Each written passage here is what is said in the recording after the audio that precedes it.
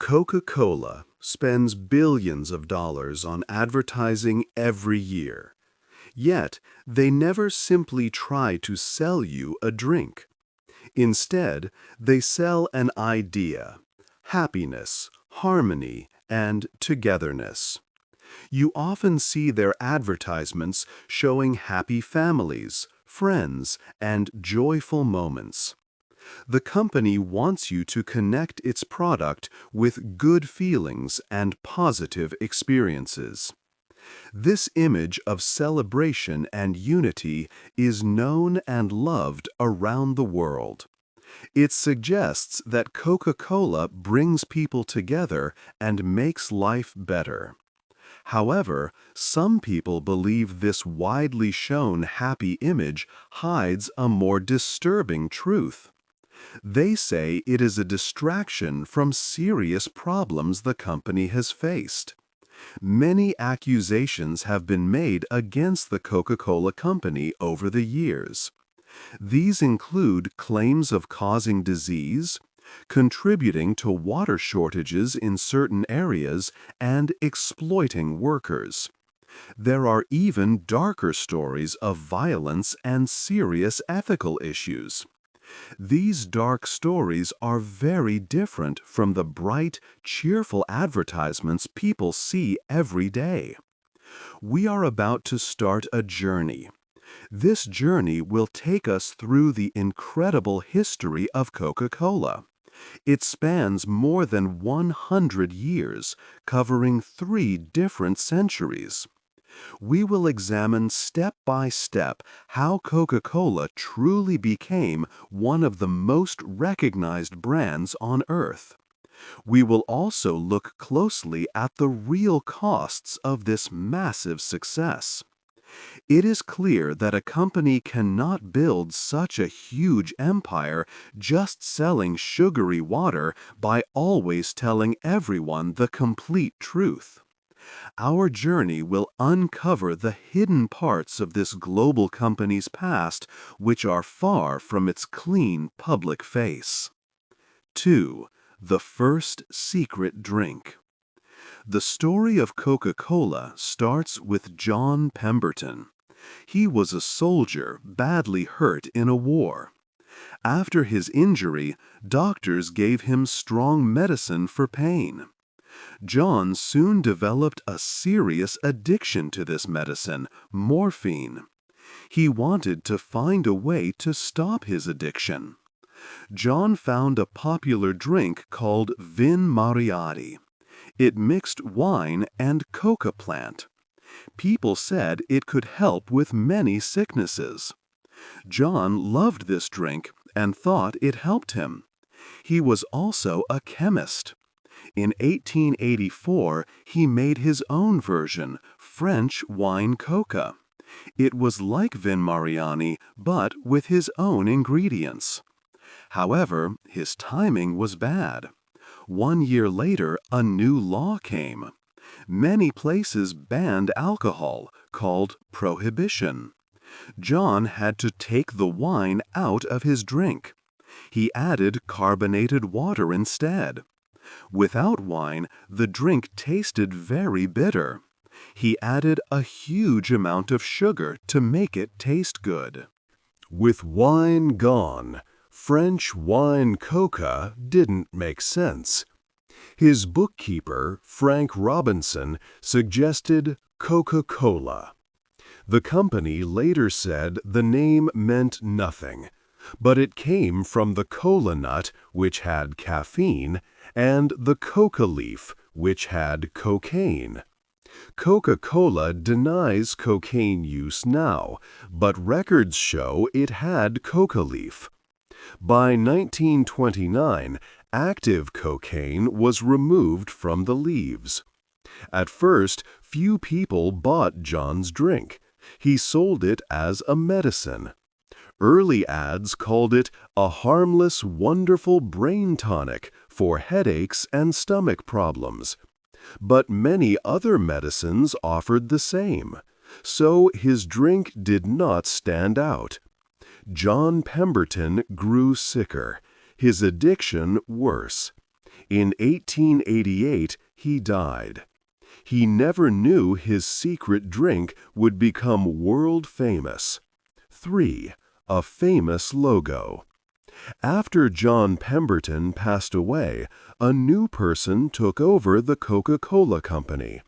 His name was Asa Candler. He was a very driven man. Candler bought the company and made sure he had full control. Some old papers suggest there were problems with how he bought all the shares, but Candler later burned many early records. By the 1990s, Asa Candler was completely in charge. At first, Coca-Cola was not very popular, so Candler decided to make it famous. He started a big advertising campaign.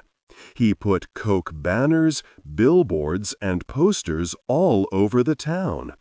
He even had the Coca-Cola logo painted on barns. People started seeing the logo everywhere they went.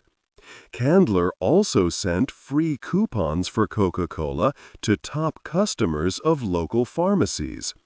His idea was that if people tried it for free, they would want to buy it again.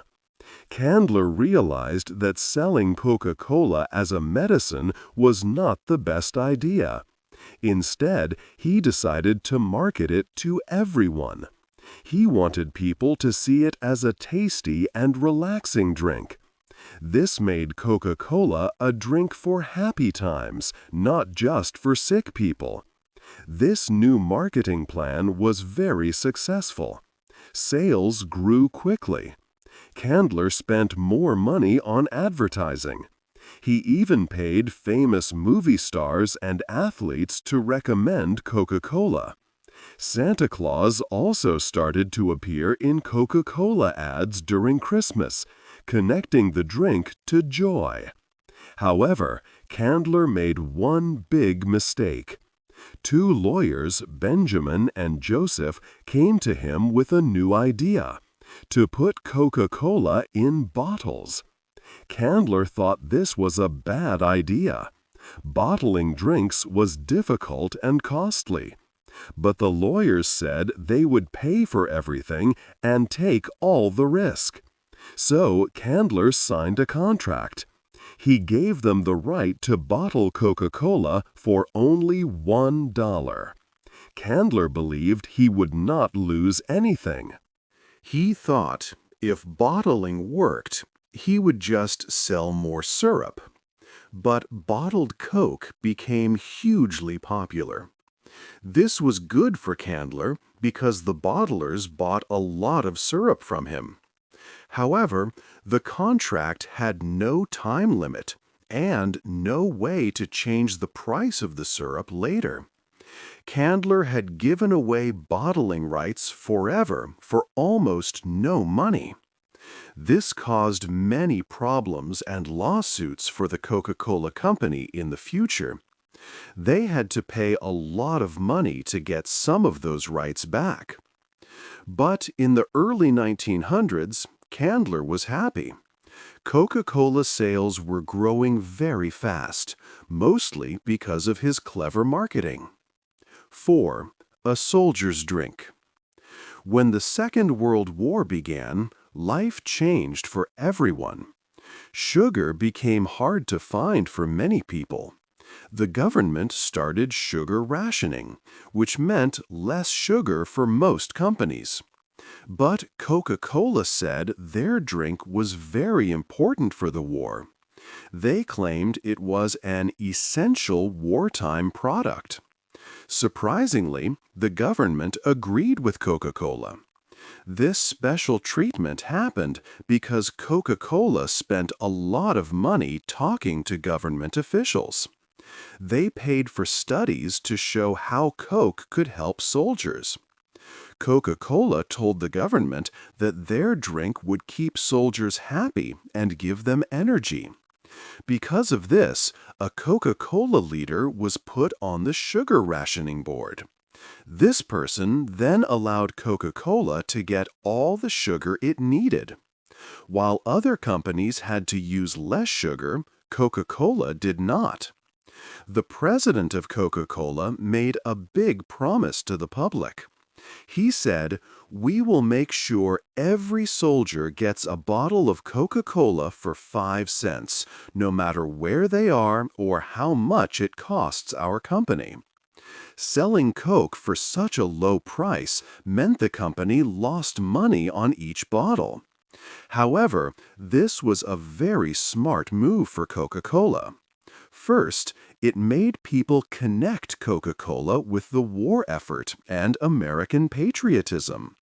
Many Americans started to see Coke as a patriotic drink.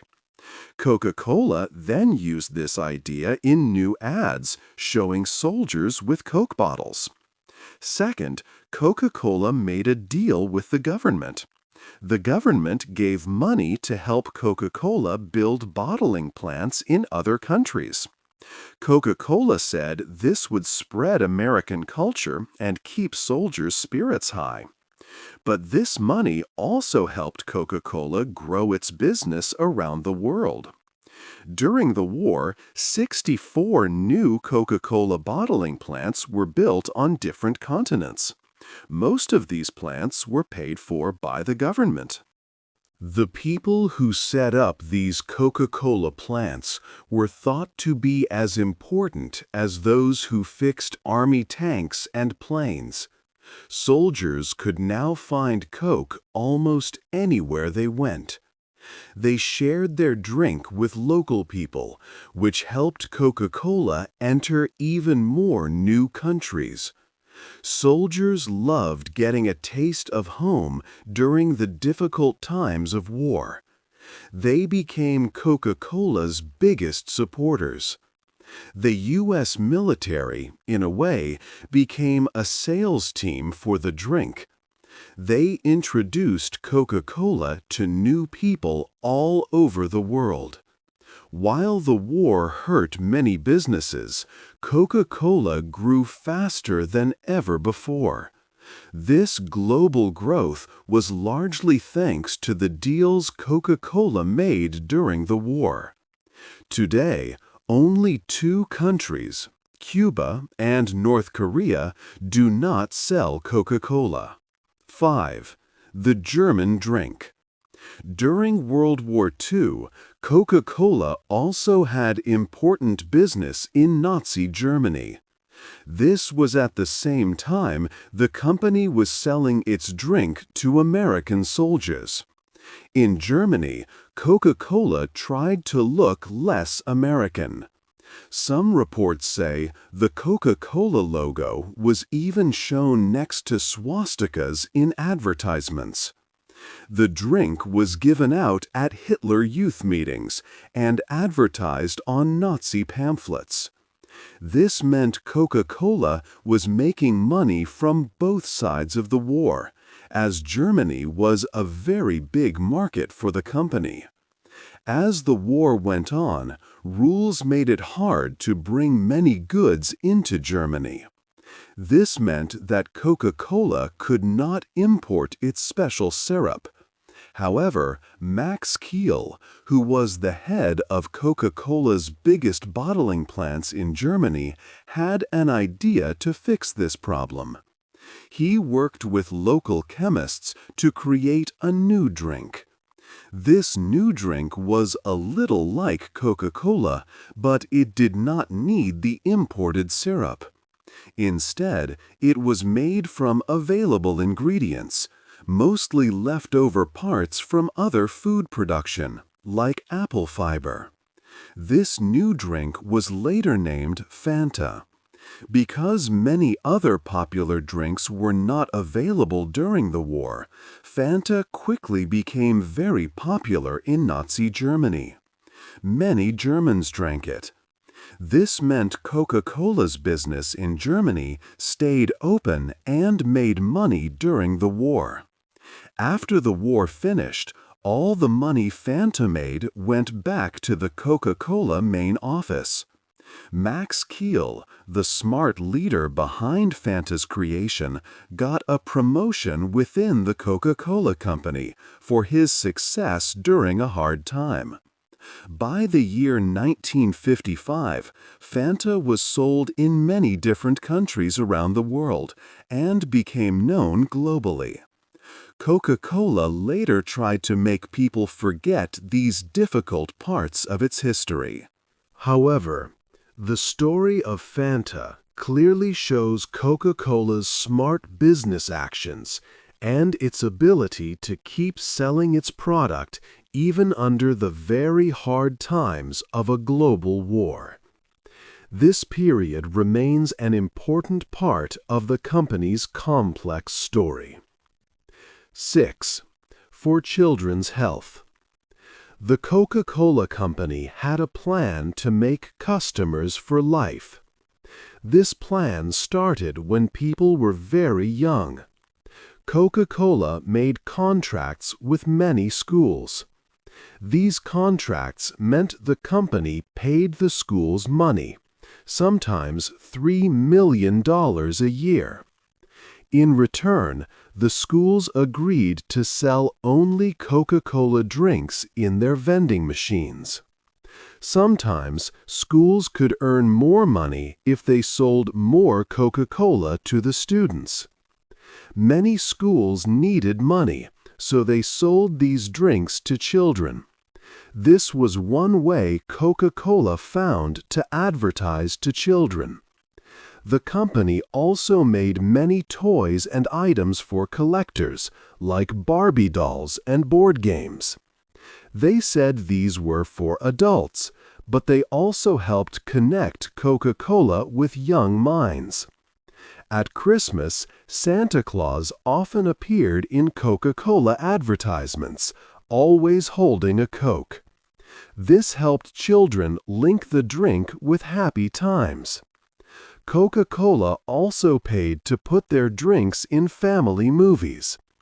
This was a smart way to get around rules about advertising to children directly. Research showed that even babies recognized the Coca-Cola brand. However, in the 1980s, a big problem started to grow. More and more information showed that Coca-Cola had bad effects on health. People already knew it could hurt teeth, but new facts showed links to obesity and diabetes. For example, one study looked at children.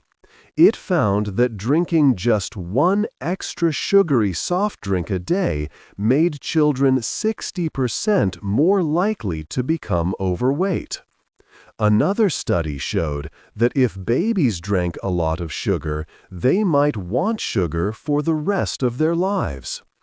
This was a bad situation for Coca-Cola, as the company always showed a healthy, happy image. The drink also had caffeine.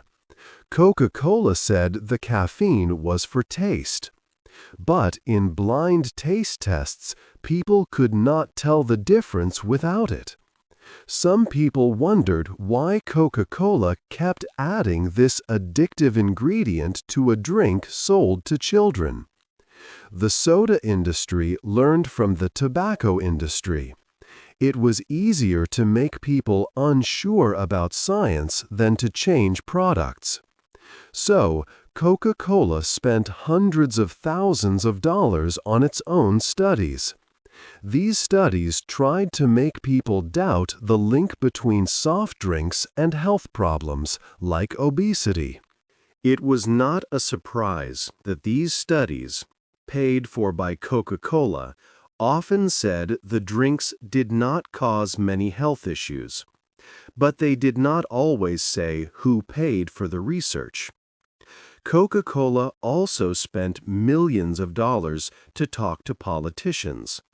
The company wanted to stop new sugar taxes and stronger rules about food.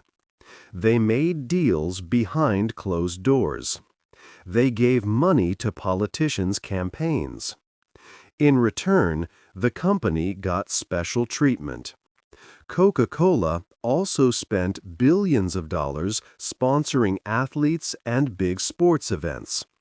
This made people think there was a link between good sports performance and Coca-Cola.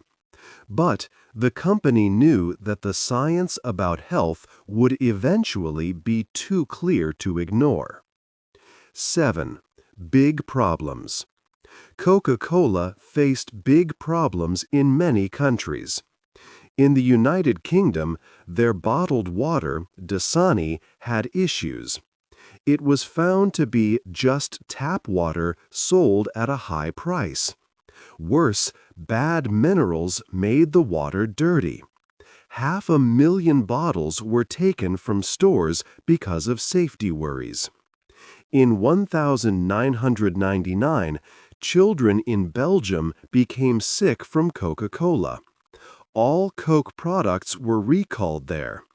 France also reported over 100 sick people, and drinks were banned for a short time.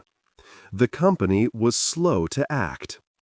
In India, people said Coke made groundwater dirty with wastewater. Coca-Cola said they fixed it, but later tests found toxic waste. This waste made land barren, killed animals, and hurt farmers.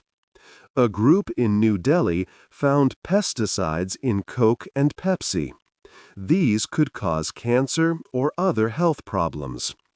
Villagers said their water changed taste and caused itching after Coke came. Coke also used too much water in places like Mexico, which already had little water. Officials blamed Coke for less available water. From 2000 to 2006, Mexico's president was a former head of Coca-Cola Mexico. He gave special help to his old company. Coca-Cola received many rights to take water. Some said Coke polluted water and took it from local people without paying.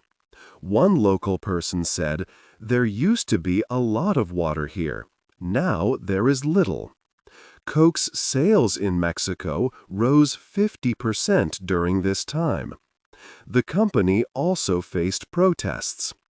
In 2003, a campaign called Stop Killer Coke began. It said Coca-Cola caused the murder of union workers in Colombia. Coke said this was not true. However, since 1989, many union workers at Coke plants in Colombia were killed, and others received death threats. In 2001, a group sued Coke's bottlers. They claimed groups were used to frighten, hurt, and kill union leaders in Latin America. Later, workers in Guatemala also said they faced violence after joining unions. Some worked 15-hour shifts for only $15 a day. Coca-Cola said the Guatemalan plant was separate and they did not know about the violence. But unions became very weak. Some people called Coke the sparkle of death in Latin America. 8. The new Coke problem. The Coca-Cola Company fought Pepsi for years. Pepsi's Pepsi Challenge showed many people preferred Pepsi. Coca-Cola's sales were falling. So, Coca-Cola secretly changed its drink's taste. After many tests, they found a new recipe. People liked it more in blind taste tests, even better than Pepsi. In 1985, Coca-Cola launched New Coke near its 100th birthday. But people got very angry. Thousands of calls and letters flooded Coke's offices. People were sad and furious. They felt Coke took away their old friend. The anger grew stronger, and people booed new Coke ads. taste was not the problem. Many complainers had not tried new Coke. For 100 years, Coca-Cola was an unchanging friend. Changing it felt like a big betrayal. The protests continued. Coca-Cola realized its huge mistake. They decided to bring back the old recipe, calling it Coca-Cola Classic. When Classic Coke returned, anger changed to happiness. People thanked the company, and sales rose fast. Some thought Coke planned this for attention, a trick to remind people how much they loved Coke. But Coca-Cola denied it. They truly thought people would like new Coke more. They kept selling new Coke for a while, but it never sold well and was stopped. By accident, new Coke made people realize their love for the original drink. This made them more loyal. It was a very successful mistake. It showed Coca-Cola's image of happiness was stronger than taste or facts. People wanted the drink they liked least because it was their old friend. Coca-Cola sells an idea, not just a sugary drink. What do you think about Coca-Cola changing its classic recipe? Hey there! Just a second before you go. If you learned something new today, please give this video a like, write your thoughts in the comments, and subscribe to the channel. It only takes a second, and it really, really helps to create even better English videos for you. Your support means the world. Thank you.